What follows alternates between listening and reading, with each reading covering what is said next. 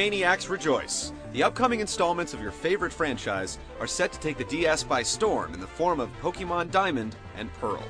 As is typical for the franchise, these two new outings stay very close to the formula laid down by prior games in the series.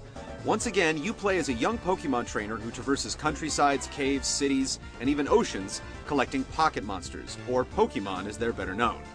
The overall objective is to battle other trainers in an effort to become the best in the Sinnoh region, a brand new land for the series. Your arch-nemesis is the nefarious Team Galactic, but Team Galactic doesn't just want to capture any old Pokemon. They're after two in particular that will give them the ability to shift time and distort space. So the race is on. There are still the 5 basic different types of Pokemon to collect: grass, water, fire, ice, and electric, with modifiers like flying or steel types.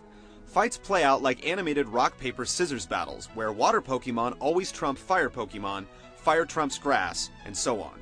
Learning how to expose each Pokemon's weakness is almost always the key to victory.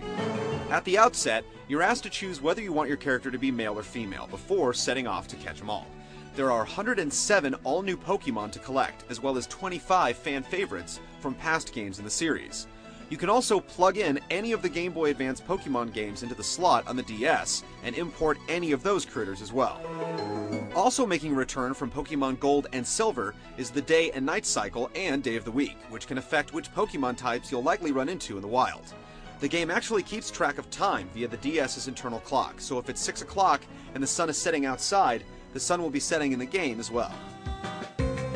Once in a while, when you arrive in a new town or city, you may find that there's a Pokemon gym in town, where the gym leader must be defeated.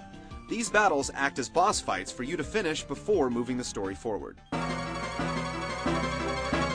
While walking around, you'll be attacked either at random by wild Pokemon, which you can capture with Pokeballs, or by other trainers looking for a challenge. The gameplay hasn't changed all that much, allowing you to choose from your stable of adorable killers before each fight.